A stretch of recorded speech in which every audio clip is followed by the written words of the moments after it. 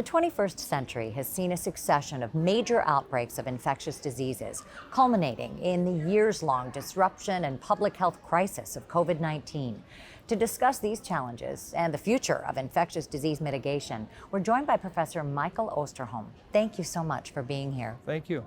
So for more than 4 decades, you have seen various infectious disease outbreaks that have impacted our country and the world. What have we learned from these? Well, as a baseline, let me just share with you that in 1975, when I first got into this business, I was told, what are you doing? This is horse and buggy. Infectious diseases are gone. We've solved them all. And in fact, what has happened is since that time, the world has changed dramatically. Today, of the 7+ billion people on the face of the earth, almost 1 out of every 9 people who's ever lived is on the face of the earth right now. That means that we also travel a lot. We move around the world. Literally millions of people every year are moving across the border. Then you add in the need to feed that population. And that means that we have a whole new way of raising our protein, i.e. With cattle and birds and so forth, such that now we have major infectious diseases considerations with them.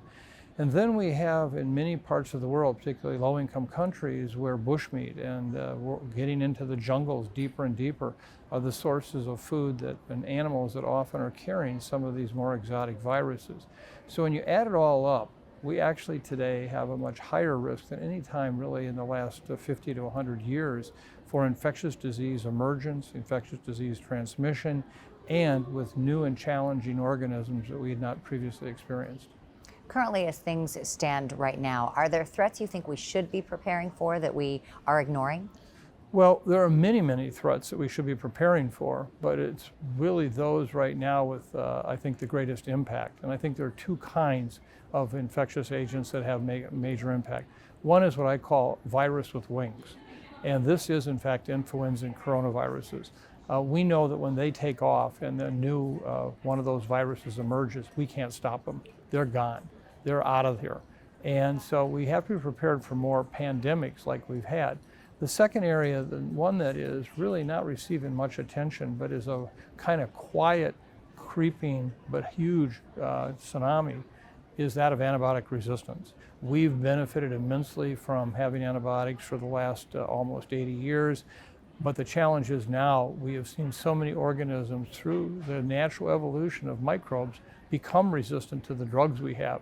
We have literally infectious agents today we cannot treat, which at one time would have been unheard of.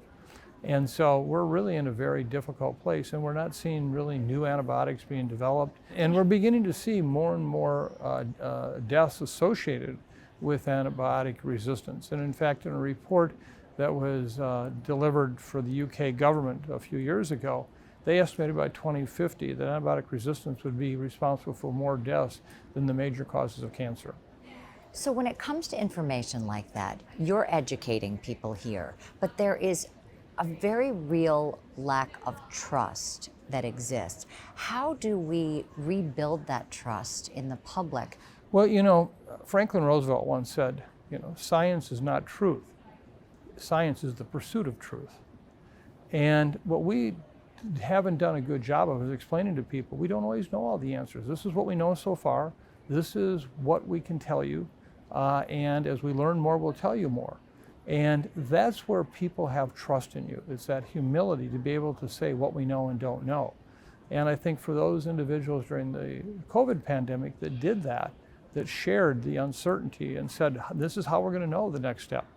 I think that is a message we need to get across to all of our public health colleagues is how do you communicate to the public? Tell them what you know, tell them what you don't know, and then tell them how you're going to find out what you don't know in such a way that you do know. And if you give them that, people are able to handle that. Our job is not to scare people out of their wits, it's to scare them into their wits. And the way you do that is you're just humble and you're honest. Honesty is clearly the best policy, but sometimes it's a tough pill to swallow, isn't it? It is. Thank you, Doctor. Thank you.